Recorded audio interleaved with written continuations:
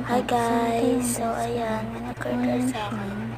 Wala pala akong stock. Ano yan guys? So alam ko na. Alam ko na guys. So alam ko na siya. So yan.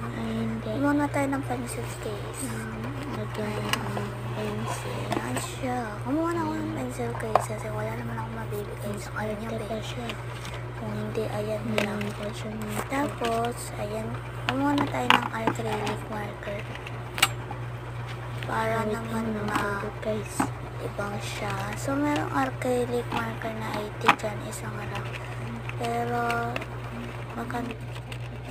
ayan. So, ayan.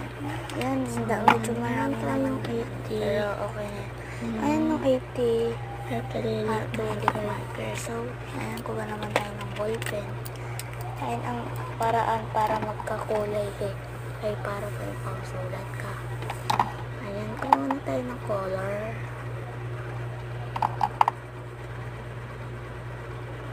Na mali pa ng hawakan. Ayan. 1, 2, 3. So, 1, 2, 3, boom. So, ayan na siya.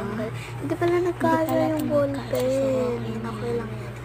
So, bigyan natin siya ng free. Ayan.